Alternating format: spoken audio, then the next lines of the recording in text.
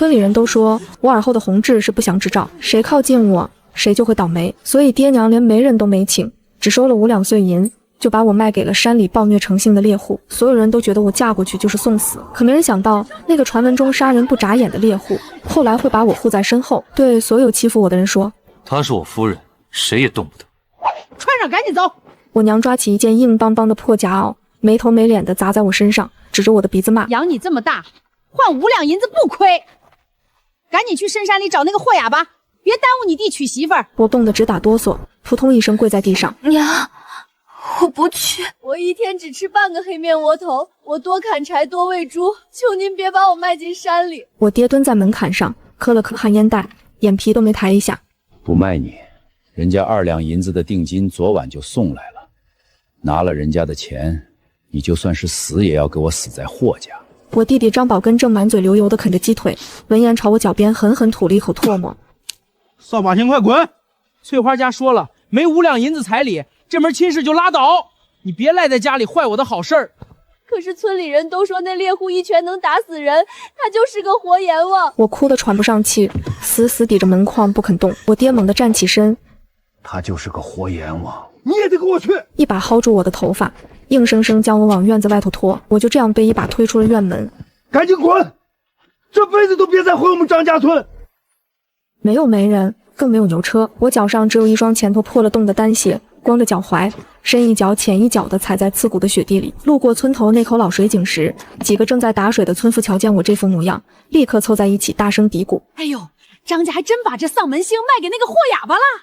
可不，听说那货猎户左手残了，但杀野猪跟捏死小鸡崽子一样，满身是血的，吓死个人。这丫头去了，准没命活过今晚。带红痣的扫把星，配个残废哑巴，这就叫命。那些嘲弄的话顺着北风刮进我耳朵里，我咬紧牙关，低着头继续往深山里走。山路越来越难走，积雪没过了膝盖，寒风中我的手脚很快便冻得没了知觉，每走一步就像踩在刀尖上。眼看天色越来越暗，就在我饿得两眼发黑，快要一头栽倒在雪窝里时，半山腰处终于出现了一座木屋，院子外围着一圈削尖的木桩，门头上挂着2个野兽的头骨。我扶着木桩，双腿抖得站不住，厚重的木门突然被人从里头拉开，我吓得猛地缩起脖子，死死抱住头，大声喊道：别打我，我会干活，我什么活都能干。预想中的拳脚并没有落下来，风雪中只有极轻的踩雪声。就在这时，一道稚嫩的童声在风雪中响起：你冷不冷？我愣住了，颤抖着睁开眼，站在门槛上的不是什么满脸横肉的凶恶大汉，而是一个才到我大腿高的小男孩。他穿着一身半新的小棉袍，外面裹着一件虎皮小坎肩，脸蛋红扑扑的，一双大眼睛正亮晶晶地盯着我看。他看了看我冻得发紫的脸，转身迈着小短腿飞快地跑回了屋里。我心里一紧，他肯定是去叫那个可怕的猎户拿棍子来打我了。没过一会儿，小男孩又跑了出来，他跨过门槛，直接走到我跟前。婶娘，吃。声音脆生生的，他伸出2只戴着棉手套的小手，手里捧着一个刚从火盆里扒出来的烤红薯，直接塞进了我冰冷的手心里。我呆呆地捧着那块烫手的红薯，眼眶猛地一酸，结巴着问：你叫我啥？小男孩笑弯了眼：婶娘呀，叔父说你今儿个来，这红薯甜着呢，你快趁热吃。我低下头，连皮都没剥，大口大口地咬了下去。慢点吃，烫。小男孩没嫌弃我吃相难看，反倒伸出小手拍了拍我袖子上的雪。婶娘，外头风大，进屋烤火。我咽下那口滚烫的红薯，红着眼圈问：你不怕我吗？村里人都说我是扫把星，会克死人的。才不是，叔父说以后你跟我们一块儿吃饭，一块儿吃饭的就是自家人。婶娘快进来。我任由他牵着衣角跨过了门槛，走进了这间陌生的屋子。屋子中间生着一个大火盆，小男孩搬来一个小木凳，拉着我坐下。婶娘烤烤手。暖气扑面而来，小男孩递给我一块干布，擦擦头发，别冻坏了。我接过布，看着他忙前忙后，忍不住问：你叔父呢？他平时打人吗？叔父去后山看陷阱了，马上回。叔父不打人，他打猎可厉害了，以后咱们天天有肉吃。我坐在火盆边，感受着手脚慢慢回暖，心里的害怕散了大半。能养出这么乖巧的孩子，那个男人真的会是村里人说的恶鬼吗？门外突然传来了一阵沉重的踩血声，小男孩欢呼一声：“叔父回来了！”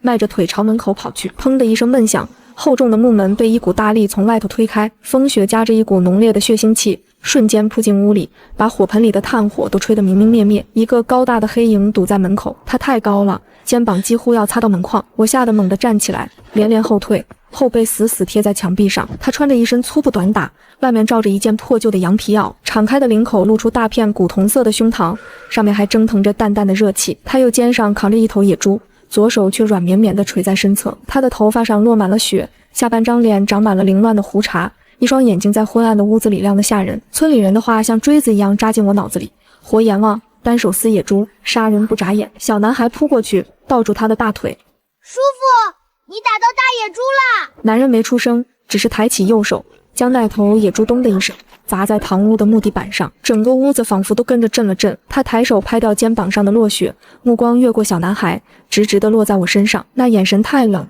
太锐利。我双腿一软，顺着墙根溜到地上，双手死死抱住头，浑身抖得像筛糠一样。我闭着眼睛大喊：“别打我！求求你别打我！我会干活，我什么粗活都能干。我每天只吃半个窝头，我吃的很少，求你别打我。”屋子里安静的只剩下风吹火盆的呼呼声。小男孩拉了拉男人的裤腿：“叔父，婶娘害怕。”沉重的脚步声朝我走过来，一下两下，那双沾着血水和泥土的皮靴停在我眼前。我紧紧咬着牙，等着预想中的拳脚落下来。在张家，只要我爹娘露出这种不耐烦的脚步声，接下来肯定是一顿毒打。可是什么也没有，脚步声转了个方向，走进了里屋。我悄悄睁开一条眼缝，大口大口地喘着气。没过多久，脚步声又出来了，男人重新走到我面前，他单手拿着一件东西，猛地一抖，一件雪白柔软、大的能把我整个人装进去的雪狐大氅劈头盖脸的落下来，严严实实的裹在了我身上。我愣住了，这大氅太厚实了，皮毛软得像天上的云彩，一丝风都透不进来。我这辈子都没见过这么好的料子。男人蹲下身，高大的身躯像一座山一样罩着我，他看着我冻得发紫的脸，眉头拧成了一个死结。一个低沉的声音突然在屋子里响起：“别哭。”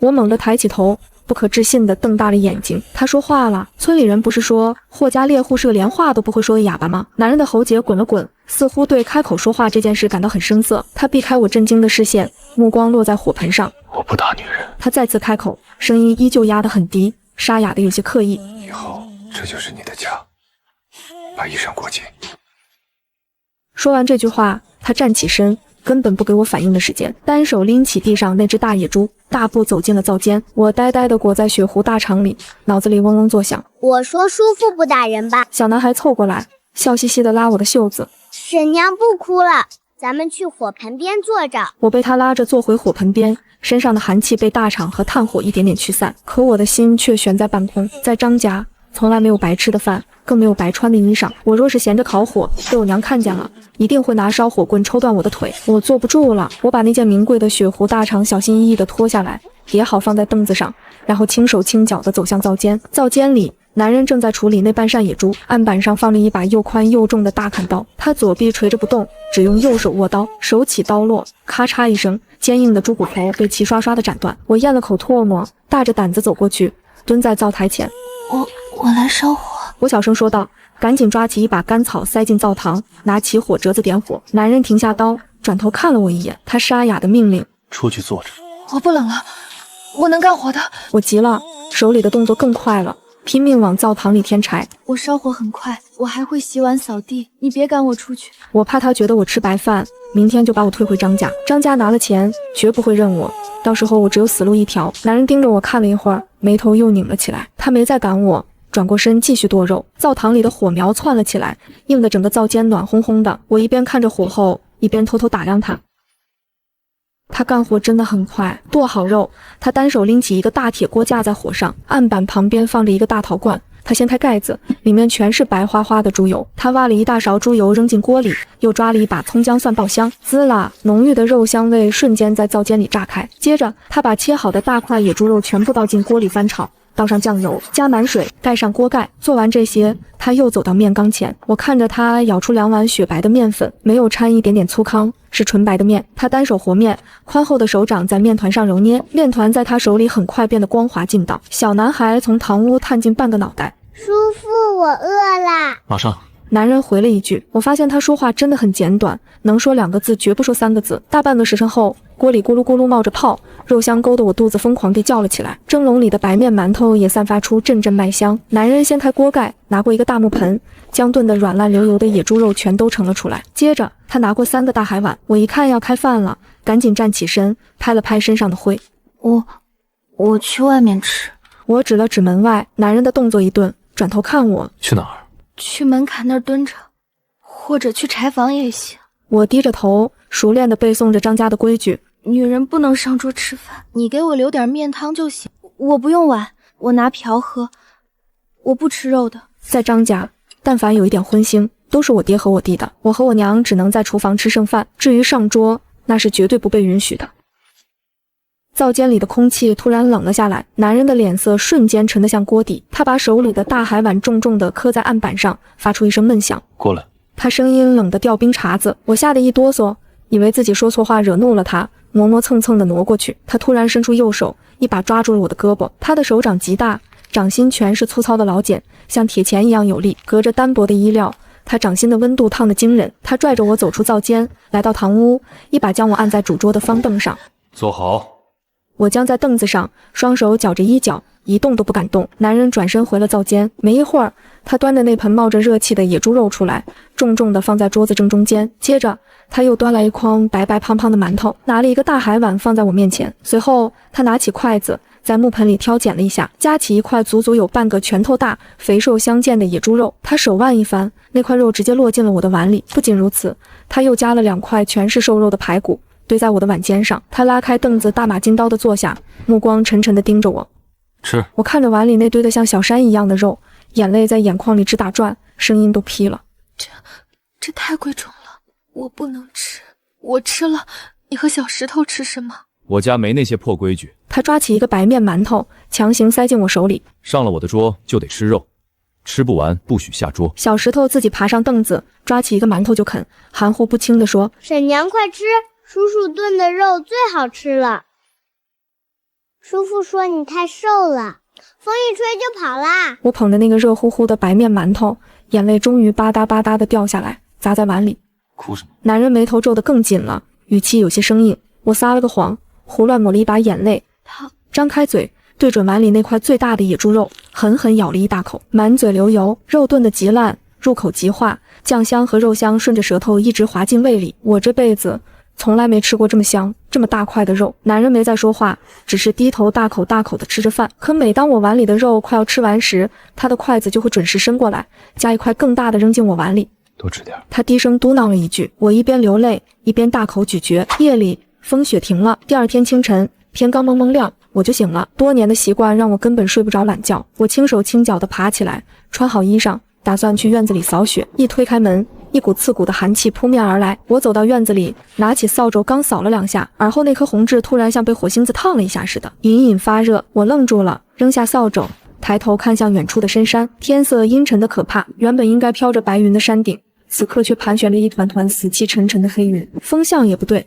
平日里都是从北往南刮，今天这风却像是打着旋儿，从4面8方往山谷里钻。我心头猛地一跳，一股强烈的恐惧感瞬间攥紧了我的心脏。大凶，这是大凶之兆，那片山头要塌了。身后传来木门推开的声音，我猛地回过头，男人已经穿戴整齐，他换上了一件厚实的皮袄，腰间别着那把大砍刀，右肩上背着一把长弓和一筒羽箭。他正用右手艰难地整理着左臂的袖口，看样子是准备进深山。我声音发颤：“你要进山？”他看了我一眼，点了点头。去收昨天的陷阱，你在家待着，锅里有热的肉包子。说完，他迈开长腿就要往院门外走。不能去！我大脑一片空白，想也没想，直接冲过去，一把抱住了他的腰。他身材高大，腰身结实的像一块铁板，我用尽了全身的力气，双手死死扣在他腰间的皮带上。男人的身体瞬间僵住了，他低头看着我，声音有些发紧：“放手！不能进山，今天绝对不能进山！”我仰起头，急得眼泪都快出来了。你信我一次，那山里要出事，你去了会没命的。他皱起眉头，试图用右手掰开我的手。别闹，陷阱里有猎物，去晚了会被狼叼走。你在家看好小石头。我不放，猎物没了可以再打，命没了就什么都没了。我死死抱着他不松手，指甲都扣进了他的皮袄里。那山顶的云不对劲，风也不对，要塌了，真的要塌了。他是个左臂残废的人，单靠一只右手，根本没办法在不弄疼我的情况下把我的双手掰开。他试了几次，见我哭得满脸是泪，手上的力气终于松了。他盯着我的眼睛，语气里带着一丝探究。你懂看天？我懂，我从小就懂。我拼命点头，耳后的红痣烫得越来越厉害。你别去，求求你了！你昨天给我肉吃，还给我大厂穿，我不能眼睁睁看着你去送死。男人沉默了，他看着我通红的眼睛和冻得发抖的身体，重重地叹了口气。好，我不去。他终于妥协了，单手解下肩膀上的长弓，扔在院子里的木垛上。我长长的松了一口气，双腿一软，差点跌坐在雪地里。他眼疾手快，一把捞住我的胳膊，将我提了起来。他反手揽着我的肩膀，将我往屋里带。进屋。就在我们刚刚跨过门槛的那一瞬间，轰隆一声震耳欲聋的巨响从后山深处传来，仿佛天塌地陷一般。他反手将我护在怀里，另一只手紧紧扒住门框，整个木屋都剧烈地摇晃起来，屋顶上的积雪扑簌簌地往下掉。我吓得惊呼一声，下意识地抓紧了他的衣襟，目光猛地射向后山的方向。远处的深山里，原本高耸的雪峰像是被一把巨斧劈开，铺天盖地的白雪夹杂着巨石和折断的树木，像咆哮的白色巨龙，以排山倒海之势从山顶倾泻而下，瞬间吞没了大片山林。那方向正是他平时设陷阱的地方。如果他刚才走出了院门，现在已经被压在那千万吨的冰雪之下了，绝无生还的可能。巨响持续了很久才慢慢平息，空气中弥漫着呛人的雪雾。男人站在门口，久久没有动弹，他的胸膛剧烈地起伏着，搂着我肩膀的手不自觉地收紧，勒得我骨头有些发疼。他缓缓低下头，目光深沉地看着我，那眼神里没有了之前的冷漠和防备，取而代之的是一种难以言喻的震撼。雪崩的余迹在山谷里回荡了一整天，入夜，外头又飘起大雪，屋里只有一张烧得滚热的土炕。我收拾完碗筷，抱起角落那床最破的宝贝，低着头往灶间走。抱着那破絮刀去哪儿？身后传来他低沉的声音，我紧紧抱着被子。我睡灶间。我在张家睡惯了柴房，灶间有余温，冻不着。这炕留给你和小石头睡。回来，我霍家还没穷到让女人去灶间受冻的地步。他语气里透着不容拒绝的霸道。我低着头不敢看他。可我身上脏，我会弄脏你的炕。话音刚落，一只滚烫的大手猛地攥住我的后领，他单臂一发力，竟像拎小猫一样将我悬空拎起。你快放我下来！我双脚乱蹬，他大步走到炕边，一撒手，直接将我扔进热乎乎的被窝里。老老实实待着。他沉着脸，我慌乱地想往外爬。我真不能睡这儿。闭嘴！再往外爬，信不信我现在就把你绑在炕上？他按住我的肩膀，粗糙的掌心隔着衣料传来惊人的热度。外头冻死人的天，你想生病折腾我是不是？他一把捞起旁边的小石头塞进我怀里，扯过厚棉被将我们捂得严严实实。捂好。小石头往我怀里钻了钻。婶娘，被窝好暖和，你陪我睡嘛。好，婶娘陪你。我僵在被窝里不敢动了，心里却因为他那句凶巴巴的关心涌起一丝陌生的暖意。他转身走到墙角，拽出旧草席铺在地上。屋里炭火烧得旺，他背对着我，一把脱下破羊皮袄和粗布短打，宽阔结实的后背瞬间露了出来，古铜色的皮肤上肌肉一块块隆起，充满力量。我躲在被窝里，脸颊发烫，忍不住探出半个脑袋偷偷看他。他突然转过身，我的视线直直撞进他那双深沉的黑眸里。看什么？嫌屋里不够热？他站在原地，胸膛微微起伏，嗓音比刚才哑了几分。我吓得缩回被窝，死死捏着被角。没看什么。赶紧闭眼，再看我今晚就去院子里睡雪地。他沙哑的嗓音隔着被子传来，透着股说不清的无奈和燥热。我听见他躺在草席上，呼吸比平时重了许多。我大着胆子开口，地上的呼吸声顿了一下。说。我攥紧被角，声音发颤。我叫张红瑶，你叫什么名字？他沉默了很久，翻了个身面朝我，黑暗中那双锐利的眼睛定定地看着我。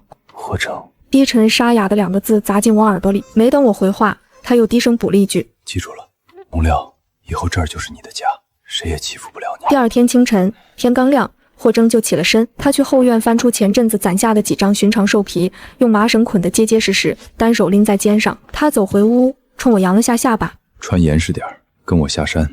去哪儿？我赶紧套上那件破夹袄，将带补丁的衣摆往下扯了扯。镇上卖皮子。昨天的雪崩封了后山的路，我们只能绕远道下山，积雪很深，一脚踩下去能没过膝盖。霍征走在前面，他步子迈得大，却刻意放慢了速度。他用高大的身躯替我挡住大半迎面刮来的寒风，硬生生在齐膝深的雪地里趟出一条平整的道来。我踩着他留下的脚印往前走，一点风都没吹着。到了镇上，集市里人声鼎沸，我缩着脖子跟在他身后，尽量降低自己的存在感。霍征带着我进了一家皮毛行，将兽皮扔在柜台上，掌柜验了货，递过来2块碎银子和一小串铜板。霍征单手接过，揣进怀里。出了皮毛行，路过一个卖肉包子的摊位，热腾腾的白气混着肉香飘过来，我肚子不争气的咕噜了一声。霍征停下脚步，看了一眼包子摊，他伸手摸了摸怀里的碎银，眉头微皱，却没掏钱，转身继续往前走。我小声问：“你不买个包子垫垫肚子吗？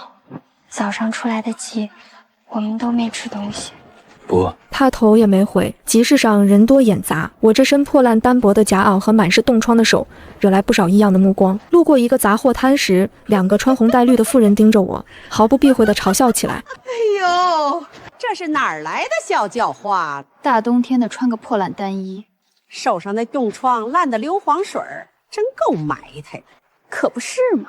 你瞧旁边那个男人，左手还是个残废，这2人走在一块儿，一个穷酸，一个残废，还真是绝配。我难堪地低下头，拼命把长满冻疮的双手往袖子里缩，恨不得找个地缝钻进去。霍征猛地停住脚步，他转过头，那双锐利的黑眸死死盯住那2个妇人。他一句话没说，但身上那股常年打猎练就的煞气瞬间散开，高大的身躯带着极强的压迫感。2个妇人吓得脸色发白，手里的瓜子都掉在了地上，闭紧嘴巴连连后退。霍征收回目光，突然伸出右手，一把攥住我的手腕。走。他拉着我没有回村，而是径直走进了镇上最大的一家成衣铺。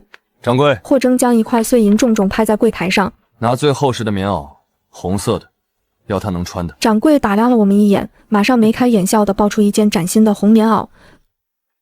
客官好眼光，这可是上好的细棉布，里头塞的都是新棉花，暖和着呢。穿上。霍征转头看我，我吓了一跳，连连摆手。不行，这太贵了，得留着买米面。穿。他眉头一皱，语气不容商量。我不敢违抗，只能脱下破夹袄，换上那件红棉袄。新棉花软绵绵的，暖意瞬间裹住全身。霍征上下打量了我一眼，紧皱的眉头终于舒展了几分。出了成衣铺，他又拉着我进了一家药房，拿最好的冻疮膏。他将剩下的1块碎银和铜板全掏了出来，推到药柜前。大夫拿出一个精致的白瓷瓶递过来。从药房出来，霍征怀里已经空空如也，连买个肉包子的铜板都没剩下。我抱着那瓶冻疮膏，眼眶发酸，声音都在打颤。你把钱都花光了，你连个肉包子都没吃，这可是你拿命换来的皮子钱。霍征停下脚步，转过身面对着我，他伸出粗糙的大手，强行将我缩在袖子里的双手拽了出来。他低着头，粗粝的拇指轻轻擦过我手背上高高肿起的冻疮，他声音压得很低：钱没了再赚。可是没有可是。他打断我的话，抬起眼眸，目光沉沉地盯着我。我霍征赚钱就是给我媳妇儿花的。我张了张嘴，眼泪在眼眶里直打转，一句话也说不出来。他没再多说，拉着我继续往回村的路上走。风雪吹在脸上，我却一点也不觉得冷，身上新棉袄的暖意一直渗到了骨头缝里。走出镇子没多远，路过一片背阴的枯树林，我耳后的红痣突然像被火星子燎了一下，隐隐发烫。我猛地停下脚步，霍征转头看我。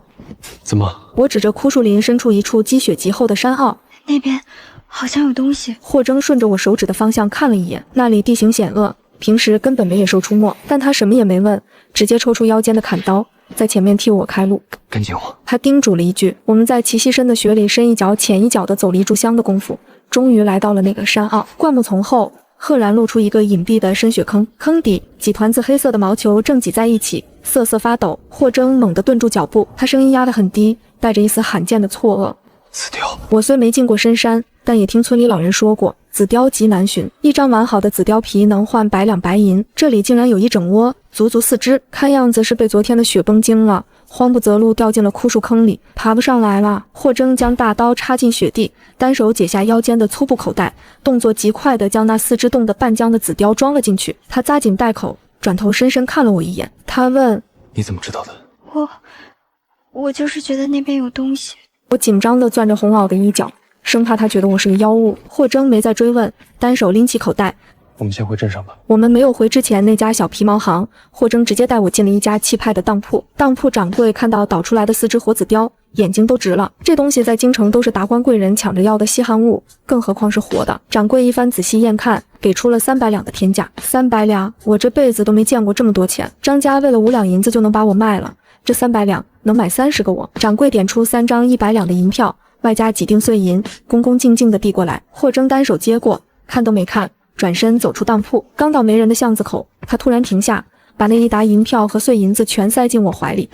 拿着。他语气生硬，动作却极其自然。我吓得手忙脚乱地捧着钱，像捧着烫手的炭火。给我干什么？这太多了，你收着。给你就拿着。他打断我，目光落在我紧紧攥着银票的手上。以后家里的钱你管。可这是你打来的。你找着的。他纠正道，随后粗糙的手指轻轻戳了一下我的额头。收好，丢了不怪你。我攥着那叠银票，心口酸软的厉害。有了钱，霍征带我去街角的摊位买了5个大肉包子，他把4个塞给我，自己只2口吞了1个。我拿着包子往他面前递，我吃不完这么多，你再吃一个。吃你的。他眉头一皱，强硬地把我的手推回来。吃不完带回去给小石头。我咬着满嘴流油的肉包子，眼泪差点掉进馅儿里。我们揣着包子和银票往村里赶，刚走到山脚下的岔路口，前面突然呼啦啦围上来10几号人，挡住了去路。领头的是镇上那家小皮毛行的吴掌柜，旁边跟着张家村出了名的泼皮张二狗，身后全是一群拿着木棍、铁锹的无赖。霍家兄弟，走这么急干什么？吴掌柜皮笑肉不笑地拦在前面，眼神贪婪地往我怀里瞟。霍征眼神一冷，高大的身躯立刻往前跨了一步，将我严严实实地挡在身后。他声音低沉，带着浓浓的警告：滚开！张二狗扛着木棍走上前，朝地上啐了一口：破哑巴，你别给脸不要脸！有人看见你拿着100袋紫貂进了大当铺，换了几百两银子。那紫貂明明是咱们这片山头的物件，见者有份儿，你凭什么一个人独吞？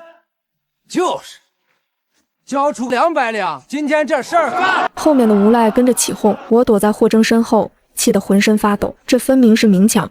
不交。霍征冷冷吐出2个字，右手已经摸上了腰间的大砍刀刀柄。吴掌柜冷笑一声，目光阴毒地盯着霍征垂在身侧的左手。霍征，你也就是个独臂的残废，平时大家敬着你，是怕你拼命。今天咱们10几号兄弟，你一只手还能翻了天不成？你护得住你自己，护得住你身后那个小娘们吗？听到这话，霍征身上的煞气瞬间暴涨，他猛地拔出砍刀，刀刃在雪地里划出一道刺眼的寒光。他声音不大，但那股子从死人堆里爬出来的狠力。不怕死的，往前走一步试试。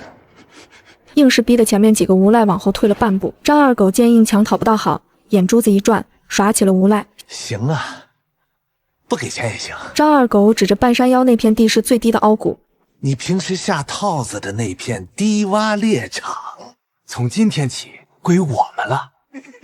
那地方猎物最多，就当是你补给大花伙的紫貂钱。那片低洼地是霍征最常去的地方，猎物最丰，是霍家过冬的口粮指望。我忍不住从霍征身后探出头骂道：你们不要脸！山是公家的，凭什么归你们？张二狗嚣张的大笑：凭咱们人多，霍残废，有本事你一只手把我们全杀！霍征下颌的肌肉紧紧绷着，握刀的手背上青筋暴起，他没再废话，抬起刀就要往前冲。就在这时，我耳后的红痣猛地一跳，烫得像针扎一样。我下意识地抬头看向那片低洼猎场的方向，天边的黑云正以极快的速度往下沉，风向乱得毫无章法，空气中弥漫着一股浓烈的土腥味。大兄，那片低洼地今晚要出大事！眼看霍征的刀就要劈向张二狗，我猛地扑过去，死死抱住他握刀的右臂。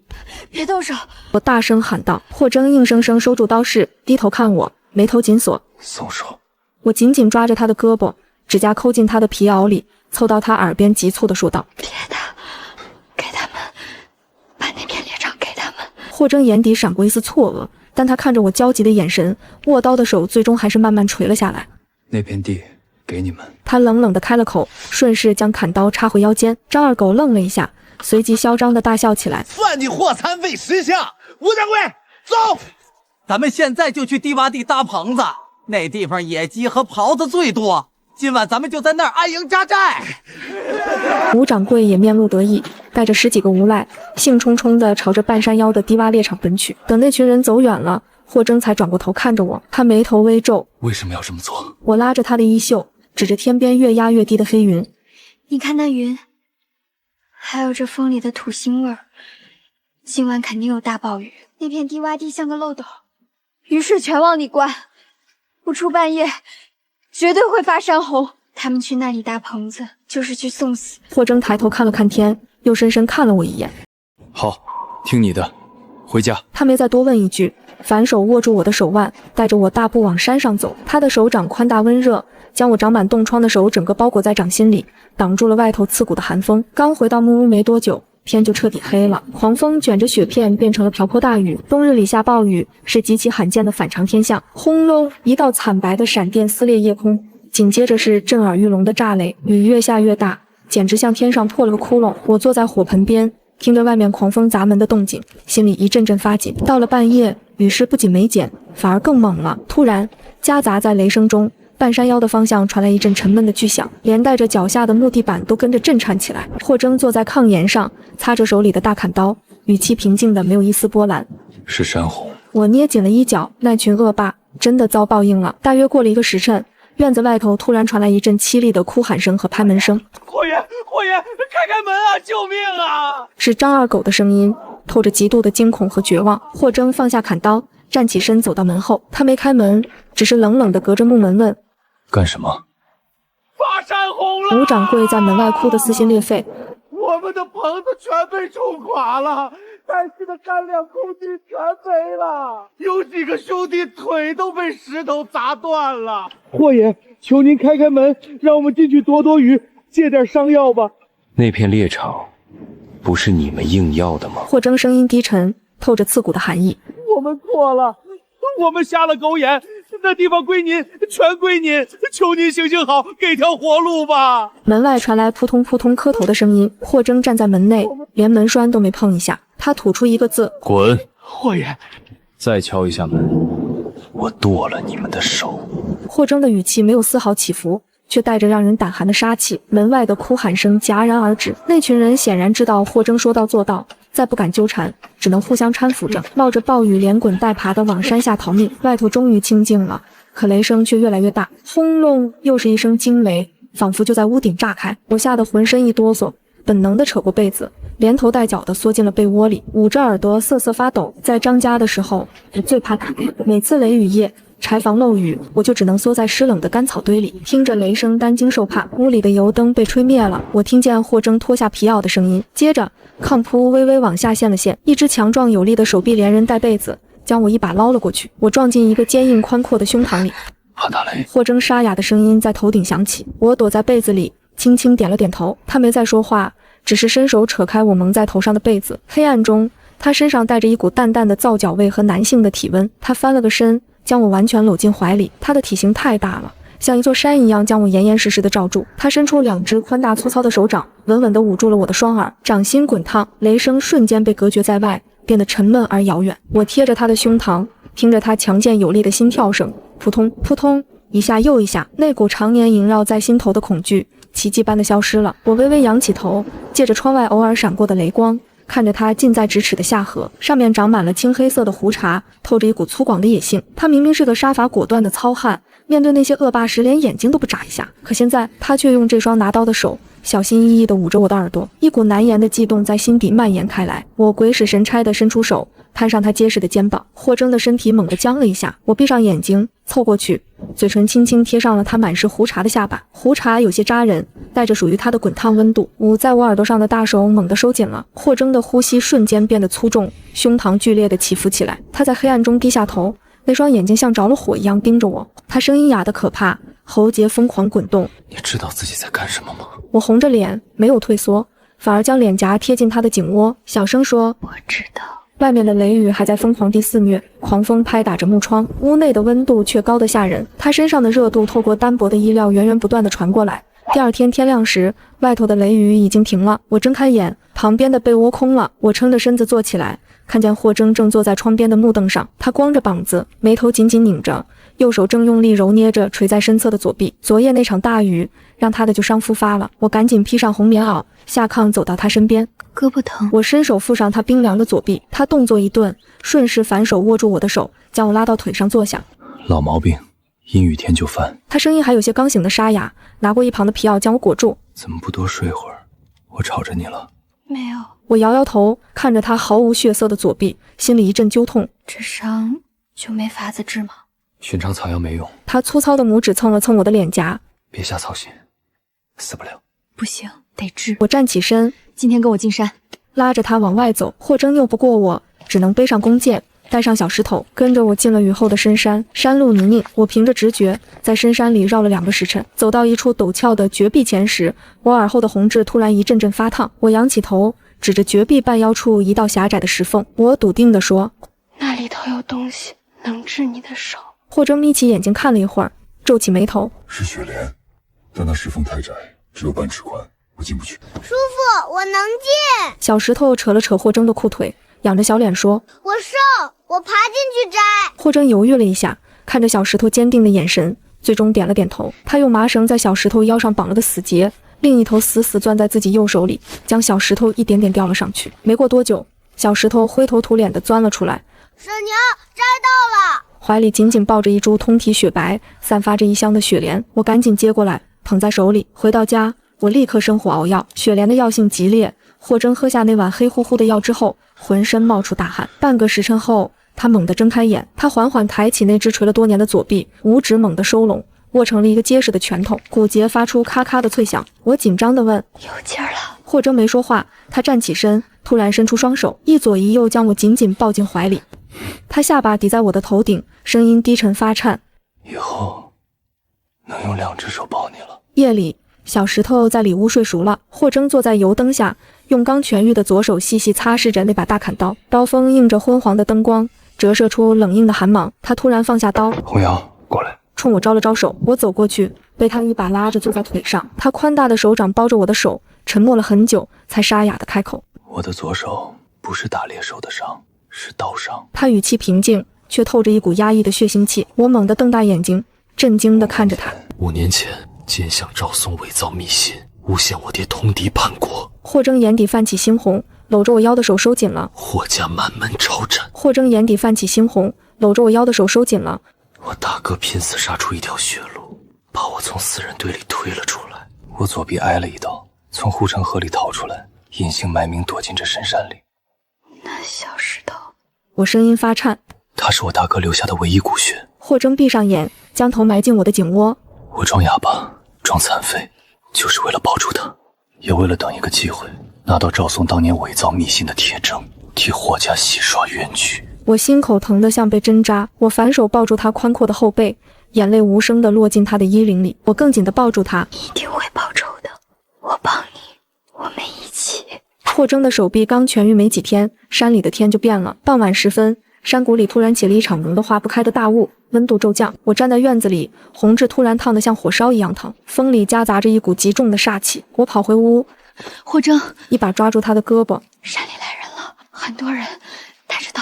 霍征眼神瞬间冷了下来，他走到窗边，侧耳听了一会儿，从床底抽出了那把擦得雪亮的长刀。他咬着牙，浑身的肌肉绷得像石头。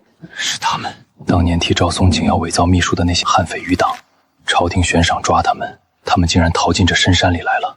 他们是冲着你来的。他们手里肯定还留着当年的信件做保命费。霍征转身看着我：“你带小石头藏进地窖，不管听到什么动静都别出来。”我死死拉住他：“我不！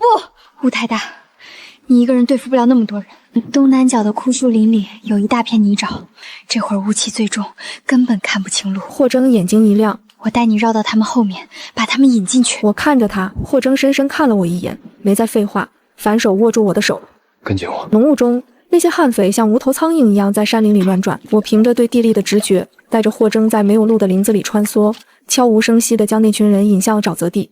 啊！救命！我陷进去了！惨叫声在浓雾中接连响起，悍匪们踩进泥沼，越挣扎陷得越深，阵脚大乱。霍征双臂完好，宛如一尊杀神。他借着浓雾的掩护，身形快如闪电，刀背狠力地砸在那些人的后颈上。不到半个时辰，10几个悍匪全被他打晕，用麻绳捆成了粽子。霍征一脚踩在悍匪首领的胸口，从他怀里搜出一个油纸包，打开一看，里面装着几封盖着私印的密信。霍征看着手里的信，眼底一片猩红。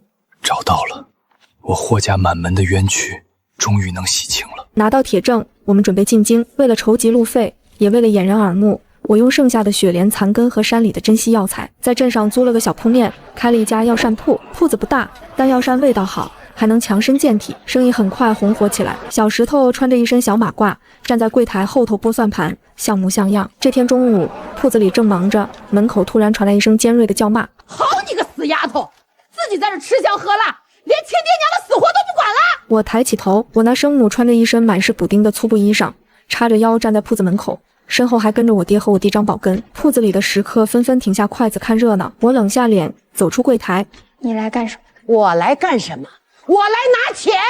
生母指着我的鼻子大骂：“你个带红痣的克星，加个残废哑巴，还真当自己是少奶奶了！赶紧拿50两银子出来，你弟要盖新房。”“我没钱，张家早就把我卖了。”我握紧拳头：“我跟你们没关系。”“放屁！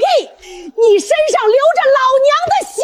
生母见我不给钱，一屁股坐在地上撒起泼来：“大伙评评理呀！这不孝女赚了黑心钱，不管亲娘死活呀！就他那个残废男人，连个正经首饰都买不起，还开铺子装阔气！”砰的一声，一个金光闪闪的东西从里间飞出来，重重砸在生母面前的方桌上。那是一个足足有10两重的金元宝。霍征掀开门帘，大步走了出来。他看都没看地上的生母一眼，径直走到隔壁的首饰铺掌柜桌前。“掌柜。”霍征声音低沉，带着极强的压迫感：“拿你们店里最贵的金头面。”首饰铺掌柜吓得一哆嗦，赶紧捧出一套赤金打造、镶着红宝石的头面。霍征拿起那只最华丽的金簪，转过身，动作轻柔地插进我的发髻里。他转过头，居高临下地盯着地上的生母，眼神冷得像冰。“我霍征的夫人，轮不到你来说教。”他冷冷开口：“滚！”生母被他身上的煞气吓得忘了哭嚎，结结巴巴地说：“你不是哑巴，你的手……”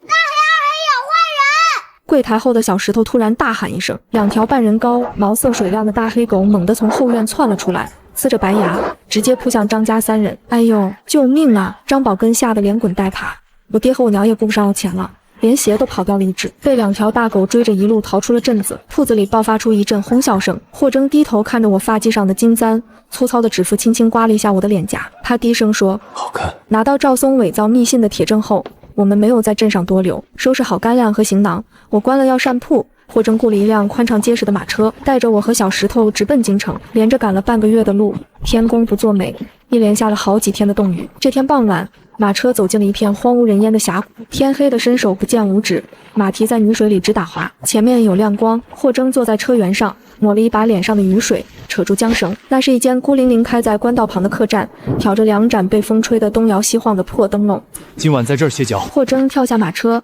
单手将小石头抱下来，接着他转过身，伸出那双彻底痊愈的强壮有力的双臂，稳稳地掐着我的腰，将我从马车上接了下来。客栈老板是个干瘦的老头，见我们进来，立刻堆着笑脸迎上来：“客官，打尖儿还是住店？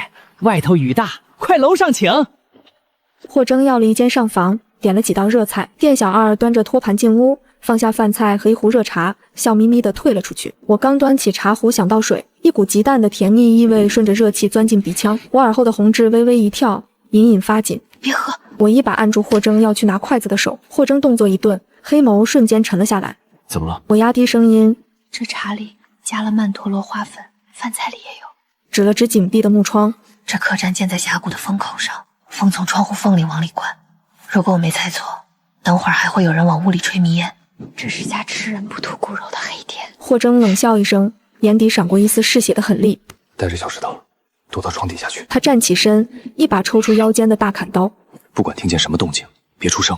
你当心。我抱起还在揉眼睛的小石头，迅速钻进宽大的拔布床底下。霍征走到桌边，端起那壶热茶，全浇在了炭盆里。屋里瞬间黑了下来，不到半炷香的功夫，窗户纸被人捅破了一个小洞，一节主管伸了进来，一股刺鼻的白烟顺着风向往屋里飘。又过了一会儿，门栓被人用刀片一点点拨开，吱呀一声，门开了。借着走廊微弱的光，我看见3个拿着明晃晃尖刀的壮汉摸了进来。男的多了，女的卖给人牙子，那小崽子。领头的壮汉压低声音吩咐，他的话还没说完，黑暗中突然刮起一阵劲风，霍征就像一头蛰伏在暗处的猛兽，猛地从门后窜出。他根本没拔刀，左手一把钳住领头壮汉的脖子，右手抓住对方拿刀的手腕，狠狠一折，咔嚓，骨头断裂的脆响在黑夜里格外刺耳。那壮汉连惨叫都没来得及发出，就被霍征像扔破麻袋一样砸在墙上，软绵绵地滑了下去。硬茬子，并肩子上！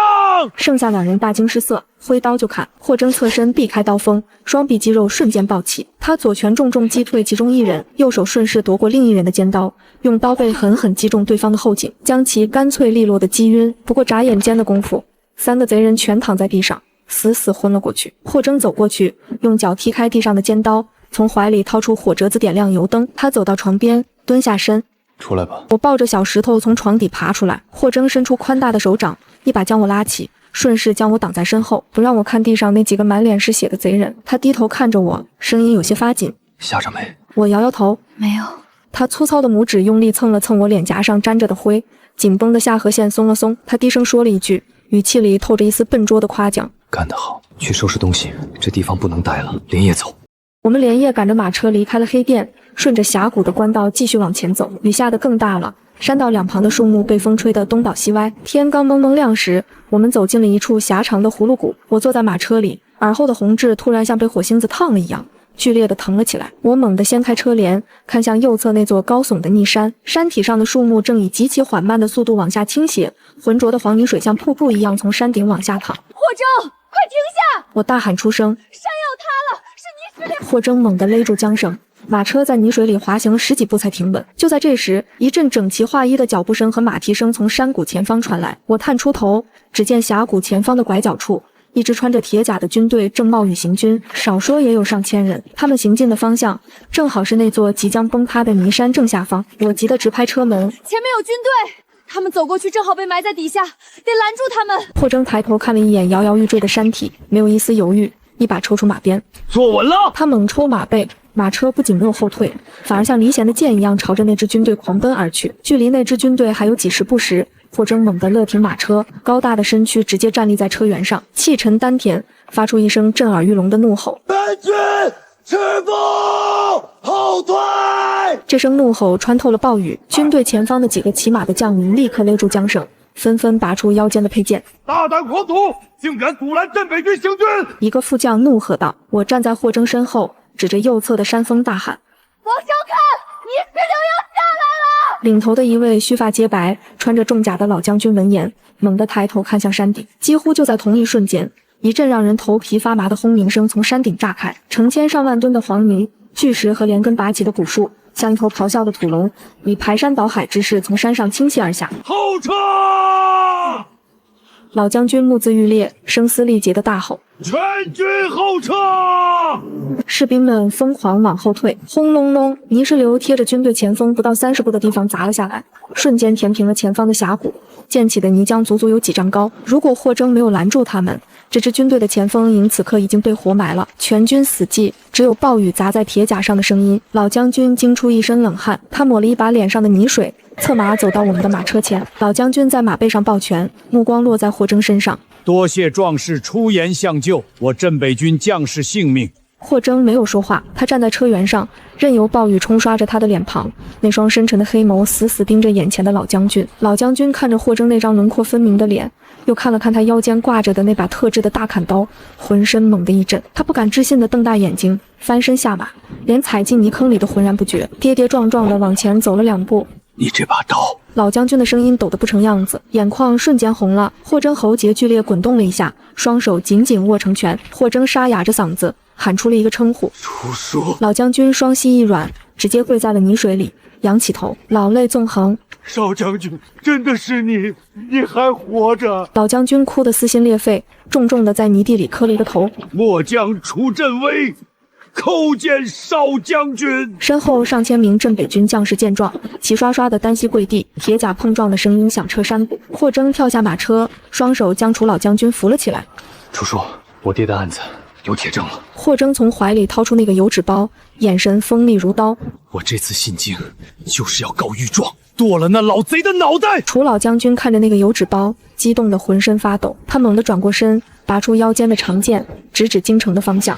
镇北军听令，誓死护送少将军进京。楚老将军怒吼：谁敢阻拦，杀无赦！有了镇北军的护送，我们一路畅通无阻。半个月后，巍峨的京城城门终于出现在眼前。进城后，楚老将军先去兵部打点告御状的事宜，霍征则带着我和小石头去客栈安顿。京城繁华，车水马龙，我们这辆沾满泥水的普通马车走在宽阔的青石板街上，显得格格不入。正走着，前方突然传来一阵清脆的铜铃声，一辆由2匹纯白骏马拉着、装饰着流苏和金线的豪华马车横冲直撞地驶过来，硬生生逼停了我们的马车。霍征猛地勒住缰绳，眉头拧了起来。对面马车的车帘被一只纤纤玉手掀开，一个穿着云锦华服、满头珠翠的年轻女子探出头来。她原本满脸不悦，但在看清坐在车辕上的霍征时，整个人僵住了。霍征哥哥！女子失声喊道，随后眼底闪过一丝狂喜，提着裙摆就下了马车，快步走到我们跟前。真的是你，你没死！我坐在马车里，看着这个满身富贵气的女人，微微皱眉。霍征冷冷地扫了她一眼，没有接话，反手将马鞭扔在一旁。霍征哥哥，当年你家出事，我爹逼着我退婚，我天天在家里以泪洗面啊！女子眼眶微红，拿着帕子擦了擦眼角，目光在霍征完好无损的双臂和健硕的身躯上流连。如今你回京了，是不是皇上要给霍家平反了？我就知道你一定能东山再起的。他一边说，一边娇滴滴地往前凑，想要去拉霍征的袖子。霍征侧身避开，眼神冷得像看一堆垃圾。女子扑了个空，脸色有些难看。她一抬眼，正好看见了坐在车厢里的我。她的目光在我身上那件普通的棉袄上扫过，最后落在我耳后那颗红痣上，眼神瞬间变得鄙夷而尖酸。霍征哥哥，这是哪儿来的粗鄙村姑？女子拿帕子掩着鼻子，冷笑一声，耳后还长着这么大一颗红痣，真是不吉利。你就算在山里落难，也不该随便找这种下贱的女人凑合，赶紧把她打发了，免得脏了你的身份。霍征的脸色瞬间沉到了谷底，他没有一句废话，右手猛地握住腰间的刀柄，正大砍刀出鞘，带起一道冷厉的寒光。女子吓得尖叫一声，连连后退。咔嚓，霍征一刀劈下，直接将那辆豪华马车的车辕齐刷刷地砍成2截，2匹白马受惊，拉着半截车厢嘶鸣着跑远了。女子跌坐在地上，吓得花容失色，浑身发抖。霍征将砍刀插回刀鞘，高大的身躯往前一跨，像一堵坚不可摧的墙一样挡在我面前，彻底隔绝了那女人鄙夷的视线。他居高临下地盯着地上的千金小姐，眉头拧成了一个死结，声音粗哑，透着一股不加掩饰的狠劲。她是我夫人，你算个什么东西，也敢说她的不是？霍征顿了顿，冰冷的目光扫过地上那截断裂的粗木车辕，只冷冷地甩下4个字，没有长篇大论，也没有文绉绉的警告，再嘴贱试试。说完，他转身跳上马车，一把将我揽进怀里。他粗糙的大手捂住我冰凉的手背，低头看着我时，眼底的狠戾瞬间化作了笨拙的安抚。他压低声音嘟囔了一句：别听他喷粪，你最好看，红痣也好看。马车重新启动，将那个跌坐在地上的千金小姐和周围指指点点的京城百姓远远甩在身后。到了客栈安顿下来后，楚老将军连夜去了兵部。第二天一早，天刚蒙蒙亮，客栈外就传来了整齐的马蹄声。霍征换上了楚老将军派人送来的一身黑色玄甲，他把那把大砍刀重新挂在腰间，转身走到床边，在家等我。他从怀里掏出一把锋利的短匕首，塞进我手里，粗糙的拇指按了按我的手背。遇到找麻烦的就用这个，天塌下来我顶着。你当心。我握紧匕首，他没多说，转身大步走出了房门。到了晌午，客栈外突然来了一队带刀的御林军，领头的太监拿着拂尘，尖着嗓子喊：床上口谕，宣村妇张红耀上殿觐见。我心里一紧，安顿好小石头，跟着御林军进了皇宫。金銮殿上气氛压抑得让人喘不过气。我刚跨进大殿，就看见霍征跪在正中央，脊背挺得笔直，他旁边站着楚老将军，而他们对面站着一个穿紫袍、留着山羊胡的老头，那人正是当朝丞相赵松。陛下，赵松举着一份泛黄的卷宗，大声狡辩：当年霍震山通敌叛国，可是有确凿供词的，这卷宗上写的清清楚楚。腊月初8夜，霍震山经由苍兰河水路，用3艘大船将城防图和兵器秘密送给敌军。这可是当年守河将士亲手画押的供词。霍征拿出的那封密信，分明是他伪造的。皇帝坐在高高的龙椅上，眉头紧锁，似乎有些动摇。霍征握紧了拳头，下颌的肌肉死死绷着。他嘴笨，不善在朝堂上同这些文官舞文弄墨，只能硬邦邦地顶回去。你放屁！那供词是你屈打成招捏造的。你有何证据说老夫伪造？我深吸了一口气，快步走上前，跪在霍征身边磕了个头。随后我站起身，直视着赵松的眼睛。我能证明他伪造。我声音不大，但在大殿里听得清清楚楚。赵松斜了我一眼，满脸鄙夷：你个乡野村妇，懂什么军国大事？霍征猛地站起身，高大的身躯直接挡在我面前，将我严严实实地护在身后。别冲他吼！霍征眼神像刀子一样扎向赵松。让他说。我从他身后探出头，指着赵松手里的卷宗。你说腊月初8走水路运兵器，你错了。苍兰河地势狭长，两岸都是高山。那年腊月初5，连下了3天罕见的冻雨。初8当晚，河面早就结了3尺厚的死冰，连片落叶都飘不过去。哪儿来的3艘大船走水路？赵松脸色猛地一变，山羊胡子抖了抖。你胡说八道！陛下若不信，大可派人查阅当年苍阳河一带的县志，或者找当地的渔民问话。我不卑不亢地看着皇帝。赵丞相身在京城，以为整条河都没结冰，所以才在伪造供词时写下了水路运兵的谎言。他根本不懂天象地利。皇帝猛地坐直了身子，立刻挥手去查钦天监和地方县志。不过半个时辰，太监捧着厚厚的册子跑回大殿，跪在地上大喊：陛下！查实了，当年腊月初8，苍兰河确实全线冰封，无法通航。大殿内一片死寂，结合霍征拿出的那封密信，铁证如山。赵松双腿一软，瘫倒在地上。皇帝震怒，当场下令将赵松满门抄斩。霍家沉冤得雪，霍征因生擒悍匪，献出铁证有功，被封为镇国大将军。我作为大将军的正妻，获封一品诰命夫人。搬进大将军府那天，我穿上了御赐的凤冠霞帔，马车刚停在将军府门口，就听见一阵刺耳的吵闹声。放开我！我是你们将军夫人的亲娘！我掀开车帘，看见我那生母、我爹还有张宝根，正被几个带刀的亲兵死死拦在台阶下。生母看见我，立刻扯着嗓子干嚎起来：红药啊！娘可算找到你了！你现在当了一品夫人，可不能忘了娘家呀！快让你弟弟进府，给他安排个大官当当！张宝根也跟着大喊：姐夫，你现在8根腿毛都比我们腰粗，赶紧给我们拿几千两银子花花！霍征跳下马车，脸色阴沉的能滴出水来。他们，我皱起眉头。霍征拍了拍我的手背，大步走到台阶上，居高临下的盯着张家人。我夫人。霍征声音粗哑，透着一股不加掩饰的狠劲。他跟你们张家没半文钱关系。你这叫什么话？他身上流着我的血！生母不依不饶地往台阶上爬，霍征连刀都没拔，冷冷地吩咐两旁的亲兵：打出去！以后这3个人再敢靠近将军府半步，直接打断腿扔进护城河。亲兵们毫不客气地举起水火棍，劈头盖脸地砸下去。张家人被打得鬼哭狼嚎，连滚带爬地逃出了这条街。京城的日子安定下来。我不喜欢京城贵妇那些虚情假意的茶话会，直接让人把将军府后花园的名贵花草全拔了。我凭着看地利的本事，把花园改成了一片肥沃的菜地和药田。这天傍晚，霍征下了朝，他脱了那身厚重威风的朝服，换上一身粗布短打，大步走进后花园，一把拿过我手里的锄头。这土硬，你去旁边歇着，我来。他单手挥起锄头，结实的肌肉在夕阳下泛着光，汗水顺着古铜色的脖梗往下流，小石头在田埂上跑来跑去。叔父，红薯烤熟啦！我用木棍从火堆里扒拉出几个烤得焦黑的红薯，掰开一个，递到霍征嘴边。他连手上的泥都没擦，直接低头咬了一大口，含糊不清地说：甜。院门突然被人推开，一个穿着长服的中年男人走进来，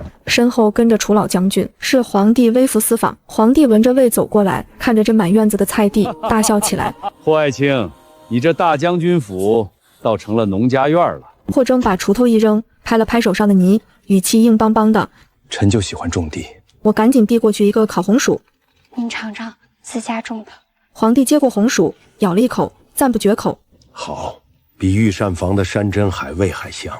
送走皇帝后，天已经黑了。霍征洗干净手，走到我身边，一把将我抱进怀里。